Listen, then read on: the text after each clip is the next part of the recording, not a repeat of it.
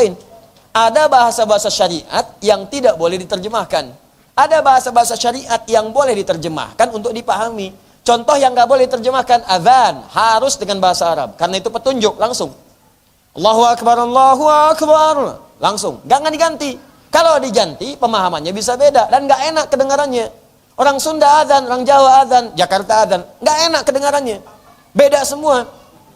Allah istagrit, Allah istagrit. Wah, Inggris. Allah nu ageng, Ciamis. Tuhan gua gede, Betawi. Nggak enak. Allahu Akbar, sentuhan ke jiwa. Idza dzukirallahu wajilat qulubuhum. Jika disebutkan nama Allah, bergetar jiwanya. Oh, sudah azan. La ilaha illallah. Baru azan, belum qomat.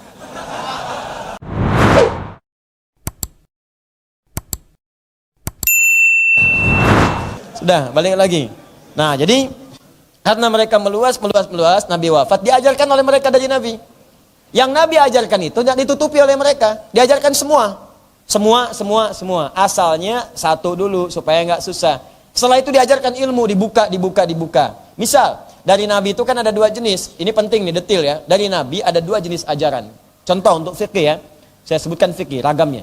Satu misalnya, ada yang satu dalil, satu cara. Gampang itu. Gampang, satu dalil, satu cara. Kenapa disebutkan satu dalil, satu cara? Karena semua umat itu diduga bisa melakukannya. Semua sama, nggak ada yang susah.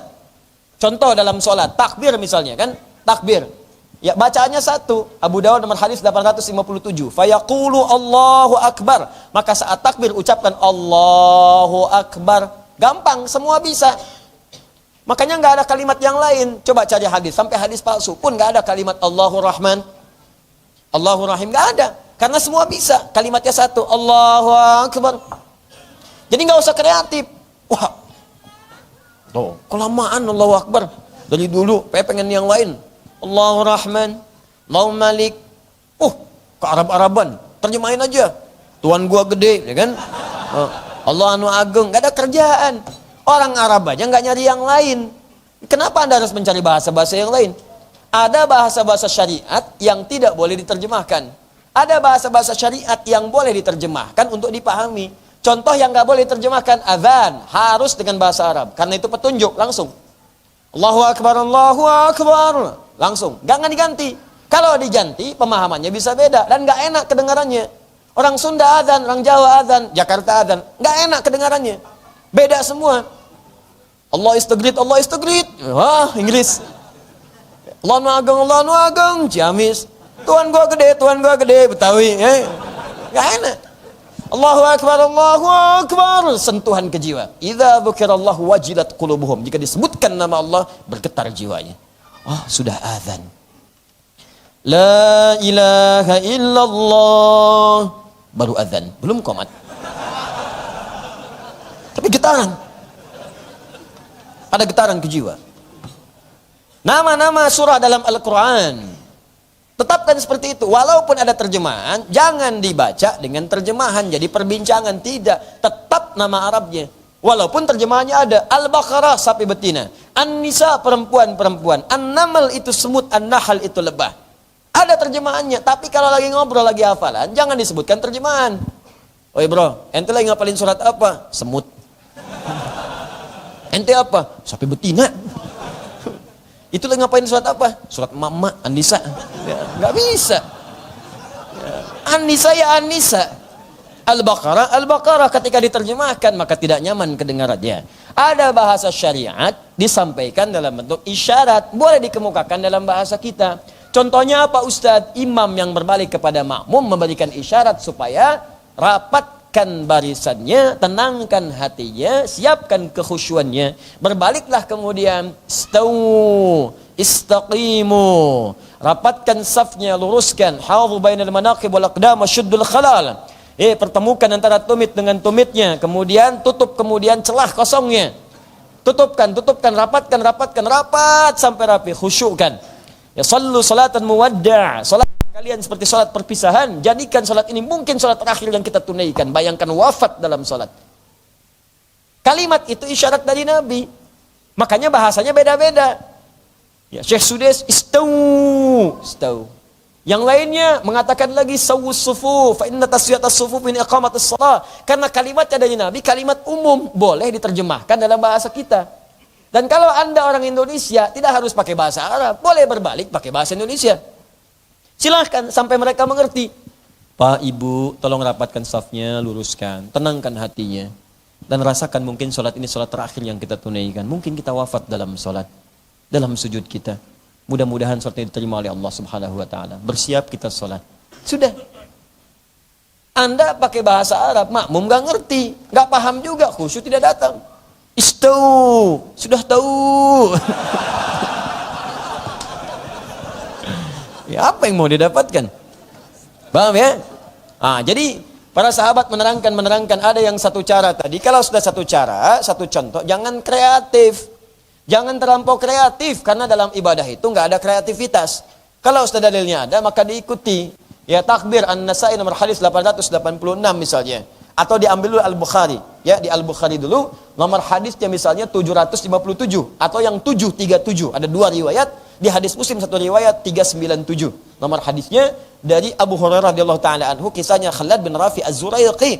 Ketika Anda bertakbir, kemudian angkat tangan Anda sejajar dengan bahu. Idza qumta ila shalah asbighul wudu, thumma istaqbilil qiblah. Kalau pengen salatnya sempurna, sempurnakan wudu, menghadap kiblat, kemudian bertakbir hadzman kibaihi. Angkat sejajar dengan tangan, sejajar dengan bahunya, begini. Di An-Nasa'i sejajar dengan daun telinga di sini. Setelah itu, fa wada'a yadahu al-yumna 'ala al-yusra, maka letakkanlah telapak tangan yang kanan di punggung yang kiri dengan tiga cara. Bisa begini, lapak bertemu dengan punggung langsung begini, bisa pergelangan bertemu pergelangan begini. Ya. Tapi langsung, Bu, ya, langsung. Jadi jangan diprediksi. Allah. Ya. Baik, pas langsung. Jadi takbir langsung. Atau sa'id lewat sedikit di sini. Ya. Tapi tidak boleh sampai ke sini mirfaq, marafiq. Tidak boleh. Jangan bertakbir seperti orang sombong kata Nabi. Ya, orang kan kalau melihat proyek kan begini. Ya. Jadi begini, nggak boleh sampai sini saja. Ya. Walaupun Anda salat di puncak Masjid At-Ta'awun subuh-subuh, tetap di sini, jangan sampai ke sini. Ya, tetap di sini. Paham ya? Nah, tapi antara ngangkat dengan meletakkan kalimatnya pakai fa harfu aqfin rabitin baina syai'aini bila hudud. Huruf penyambung di antara dua peristiwa tanpa jeda. Jadi antara ngangkat dengan meletakkan nggak usah ada jeda. Begitu angkat Allahu Akbar, tidak ada gerakan lain. Ya, jangan ditambah, jangan dikurangi, angkat, letakkan, selesai. Karena itu kalau Anda kemudian menambah atau mengurangi, ini yang jadi persoalan. Saya tidak bermaksud menyalahkan, tapi saya belum menemukan dalilnya. Misal, gak usah kreatif, Ustadz, saya nggak enak lah sama Tuhan Allah, kan maha hebat, maha kuasa. Tangan kiri itu kan negatif, tangan kanan itu baik. Masa sama Allah kiri duluan? Kanan, Ustadz. Allah, jangan kiri dulu, kanan. Allah, kanan masuk, kita angkat, tutup. Kadang-kadang kaki naik dikit, ya. Nah, itu tidak perlu dilakukan. Tapi juga jangan langsung menyalahkan. Lihat dalilnya. Ada dalil, kerjakan. Tidak ada dalil, cukupkan. Saya teliti, saya cari-cari. Allahu Akbar, saya belum menemukan. Barangkali ada yang menemukan, dikabari. Maka saya katakan ada hadisnya. Cuman saya nyari-nyari gak ketemu. Jangankan di hadis sahih, di kitab hadis palsu pun tidak ketemu. Jadi lihat ya, pemalsu hadis tidak tertarik memasukkan hadis ini. Saking jelasnya. Kitab hadis palsu kan banyak, coba pemalsu hadis tidak tertarik memasukkan hadis ini saking jelasnya. Di Anda mau dicari sampai kapanpun, sampai kiamat kurang 2 hari nggak akan ketemu.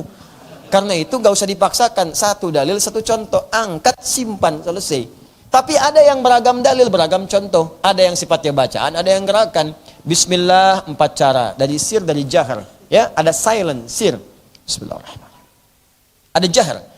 Bismillahirrahmanirrahim. Ada tidak dibaca sama sekali, langsung Alhamdulillahirabbilalamin. Ada rakaat pertama dibaca jahar, selanjutnya tidak dibaca sama sekali. Itu yang keempat. Empat-empatnya disebutkan. Ada untuk sujud 2 cara. Ada telapak tangan dulu, ada kemudian lutut dulu. Ya, ada. Dan itu disebutkan, disampaikan oleh Nabi karena tidak semua orang bisa mengerjakan cara yang sama.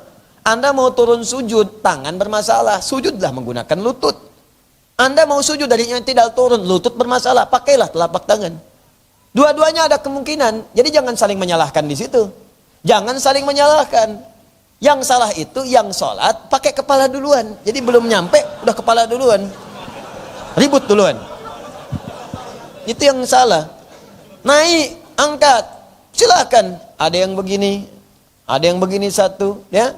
Ada yang begini misalnya, dan nggak usah ribut-ribut.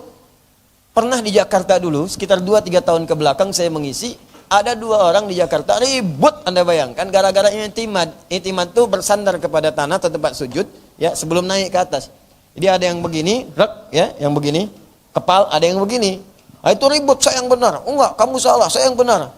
Ya, Masya Allah. Jadi ribut tuh, ternyata Allah berikan jalan.